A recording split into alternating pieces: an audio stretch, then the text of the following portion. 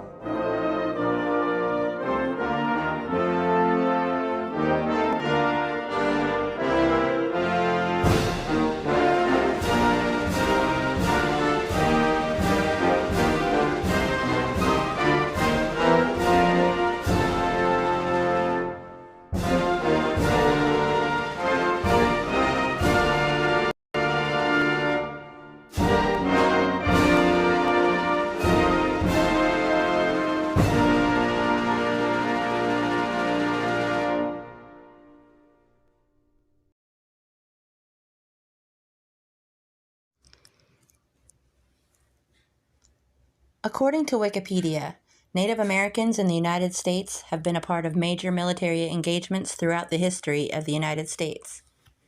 There were many wars and battles fought between tribes before the birth of the United States, and later between European colonizers and Native Americans.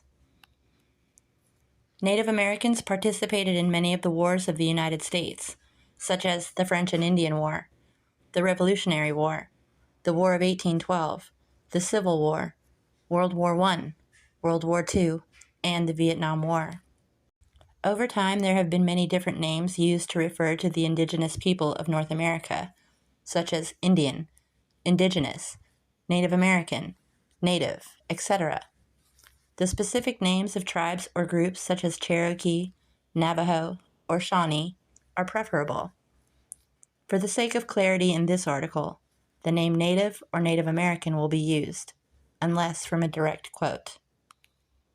Native Americans of multiple tribes fought on both sides of the French and Indian War. This war was all about tensions on each side of the border and the conflict that ensued. Some major tribes that fought during this war were the Iroquois and the Cherokee. These Native Americans were not trained in the form of combat, yet they still found a way to defeat their enemies, such as at the Battle of Monongahela. The battle was a victory for the French and Native allies, and Hale C. Skype states that, quote, "This was the most crushing defeat ever administered to a British army on American soil," end quote. The Native Americans vanquished trained soldiers. Some other Native American tactics in this war were to hide in the trees and bushes, then wait for the enemy to come so that they could ambush them.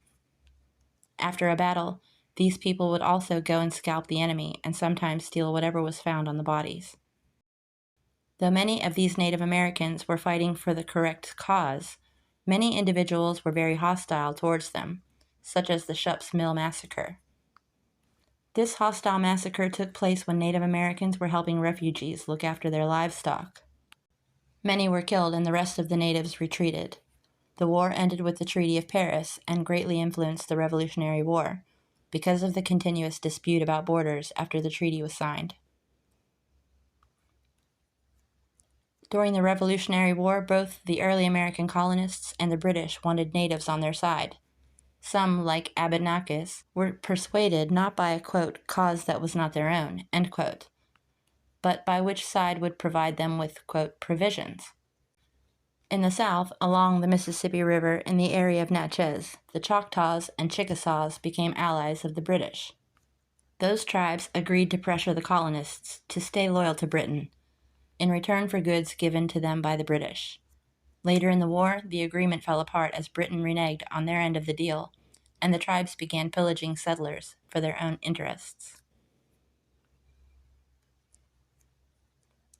The Iroquois Confederacy An alliance of 6 Native American nations in New York that had existed in peace for hundreds of years was divided by the Revolutionary War. Joseph Brant, part of the Mohawk tribe, attempted to convince other tribes to join the cause against the colonists. There was a differing of opinions amongst the Iroquois, with some supporting Brant and some not.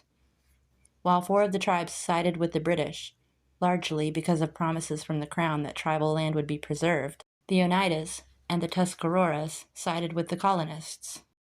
The origins of the War of 1812 are complex in nature, mostly revolving around trade issues and tensions between America and Britain. American colonists and natives disputed over land, particularly in the Great Lakes and northern Midwestern area. The British natives' support on their side, such as the Tecumseh Confederacy. Tecumseh was a prominent leader of the Shawnee tribe. He is known for working on creating an alliance between multiple Native American tribes, quote, west of the Appalachian Mountains. His goal was to oppose the American colonists and white expansion. However, many tribes were not thrilled to join the Confederacy, and Tecumseh was killed at the 1813 Battle of the Thames. So his quest turned out unsuccessful. Another alliance included the Menominee tribe. Throughout the war, the Native Americans were a major player on the side of the British, with quite literally much of the British dependence resting on their shoulders. American officials strongly opposed the way the native people waged war. In their mind, it seemed barbaric. This ended up being controversial on both the American and the British sides, with the British also trying to limit the amount of brutal killing, and America producing, quote, propaganda about it, end quote. Native Americans struck fear into many hearts, both because of the way they painted themselves and dressed, and because of the reputation that followed them. However, because of all of this, natives had both subtle and obvious power over both sides of the British dependence and the American fear. Americans also allied with natives, although not as successfully as the British. Indians fought using their own methods, such as ambushing. At the end of the war, in part because of the Treaty of Ghent, Indians did not get the promised lands and received little protection. Those tribes who supported the British, quote, paid dearly because of the later loss of their lands. Indians were very involved throughout the whole war. However, quote, it was also the last time that Indians played a major role in determining the future of the continent, end quote. During the Civil War, many Native Americans enlisted in the Confederate Army, such as Thomas Sanderson. Sanderson enlisted in 1862 and participated in the bloody Battle of Antietam, a battle that killed thousands on both sides. Native Americans were also able to advance in rank, such as in Sanderson's case, where he was promoted to corporal, then full sergeant. Native Americans in the West also had ties to the Confederacy, though not through soldiers. Slave owners in the West were few, but the Confederacy found that these few slave owners had enough wealth to help them in their cause. Towards the end of the Civil War, tensions between the Native Americans, the Union, and the Confederacy began escalating. The treaty that was signed between the Americans and the natives, promising 60 million acres to the natives, was compromised by the Americans because of the black gold that was found in those lands. Americans came in and took the land, violating any trust the natives had gained with them during the time of the Civil War. Native Americans had a massive impact on World War I, especially in forms of communication across enemy lines and territory. Using Native Americans to help send messages first began when leaders in the American Army came upon the knowledge of how quickly and complicated natives would speak to each other. Previously, the German forces were able to interpret almost every message sent by America. Yet, when Native American languages were used, they were so unknown by the enemy they could not decipher them. Many soldiers from different tribes were responsible for being code talkers. There were many different types of Native American code talking, yet all helped to accomplish sending messages that could not be deciphered by the German forces. This was the fastest form of communication. Philip Johnston, a World War I veteran, stated that, quote, Navajos would encode, transmit, and decode a 3-line message in 30 seconds, end quote, and that code talking was over 98% faster than the current encryption machines. Native American code talkers were beneficial during both World War I and after, because the positive view of Native Americans and their language after the war was greatly increased. About 44,000 Native men and 800 women joined the military during World War II. There are many reasons that Natives joined the United States military, such as a way to advance their education or opportunities to earn money and receive life experience outside of their hometown. However, an important motive was, quote, the warrior tradition, the tradition of protecting their people, end quote. During World War II, the military sent coded messages by way of code talkers. These were Native Americans who encoded messages into their native language. This was used in World War I and then grew more significant during World War II. Natives from tribes such as the Comanche, Meskwaki, Chippewa, Oneida, Hopi, and Navajo worked as code talkers, with varying representation from each tribe. There was even a school set up to train code talkers, who were both enlisted and drafted. Ira Hayes was a Native American that became very well known because of World War II. He trained as a Marine paratrooper and saw combat at Bougainville and Iwo Jima. It was at Iwo Jima that he was documented with 4 other soldiers raising an American flag, which then became a very famous picture. He suffered after the war from what would have been called PTSD. He is represented in the Marine Corps War Memorial in Arlington, Virginia, in the famous picture of 6 American soldiers raising the American flag on Mount Suribachi. Ira Hayes is the soldier on the left, raising his hands up toward the flag. Like many of the soldiers that fought in the Vietnam War, Native American soldiers experienced and saw terrible atrocities. About 1 of 4 eligible Native people compared to about 1 of 12 non-Natives served, which in all numbered about 42,000. Of those who were not drafted, which turned out to be quite a few, their motivation stemmed essentially from, quote, the family and tribal traditions of service, end quote. Both Native men and women fought in Vietnam. One Native woman, Donna Loring, was a communications specialist. She was between the age of 18 to 21 when she served, and her post was the Long Bin Post. Because of the atrocities they experienced, Native Americans came home to their tribes with emotional trauma and were more likely to suffer from PTSD. However, many have been welcomed home with ceremonies meant to honor them for service. This has helped some veterans feel like they have a place in their communities and help transition back to civilian life. It helps veterans feel like they have a place because it connects them with the role of a warrior, which has a deep interconnected, quote, relationship with the community, end quote. However, many female veterans don't experience the same inclusion in these veteran communities as their male counterparts. Some Native Vietnam soldiers saw similarities between the war, quote, fought by whites against their ancestors, end quote. It was similar to how the American soldiers, quote, relocated entire Vietnamese village populations, end quote. As of November 2021, the total number of men and women who serve in the military on active duty numbered more than 24,000. This includes both, quote, American Indian and Alaskan Native, end quote. Additionally, quote, more than 183,000 veterans identify as American Indian or Alaskan Native, end quote. Native Americans have participated in the armed forces throughout the conflicts in the Middle East. During one mission, Operation Enduring Freedom, which took place in Afghanistan from 2001 to 2014. Quote, some 30 American Indians and Alaska Natives were killed and 188 wounded, end quote. Also, quote, 43 American Indians died while 344 were wounded in Operation Iraqi Freedom, which lasted from 2003 to 2010.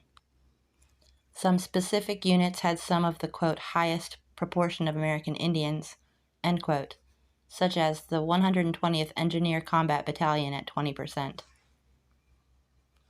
Lori Pistawa, who was a member of the 507th Maintenance Company, was killed in combat in Iraq in 2003. She was also part of the Hopi tribe. She became a beacon of, quote, peace and unity end quote, to her people and others. Squaw Peak in Arizona was renamed Pistawa Peak after her.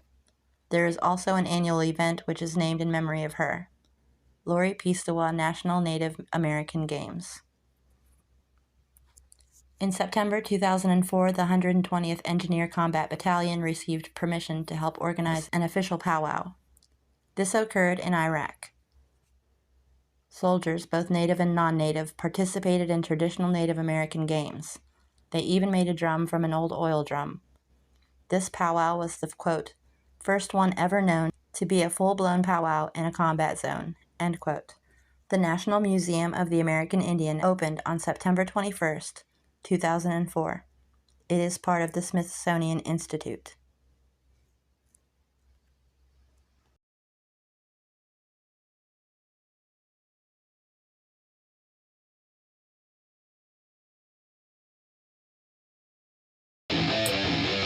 Yeah, let's go. I'm unstoppable, do the impossible. I'm irresponsible, yet I'm phenomenal. I got an arsenal, I'm dropping bombs, you know. No, I'm not stopping, no. Conquer the obstacle. To the top, here I go, think I'm chosen to be the king of rock, think the people have spoken. I can hear the tick-tock of the clock, I'm in motion. So now I'm gonna pop, causing all this commotion.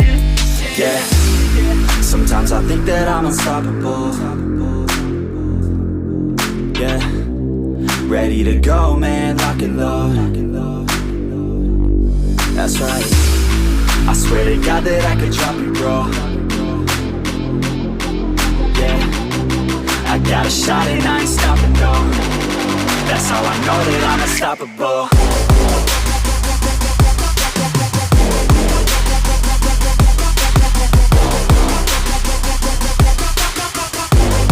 That's how I know that I'm unstoppable.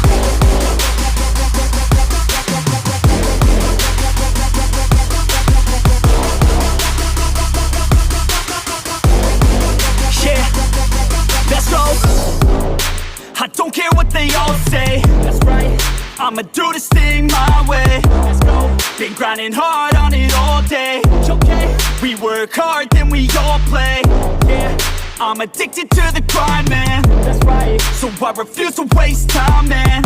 Yeah, one day it all will be fine, man. Let's go. Gotta commit to the climb. You know we're back with the Guinness, setting records every minute, every track. In addiction to the fact that we're winning, still we lack something's missing. Need a track that is hitting, making racks, making millions. Oh, yeah. If you rap, that's the mission. I don't waste time, no, I make time. All these people wanna hate, fine, I'ma make mine. While you sitting there complaining, I'll be training. While you sitting there just waiting, I'm creating. Yeah, sometimes I think that I'm unstoppable. Yeah.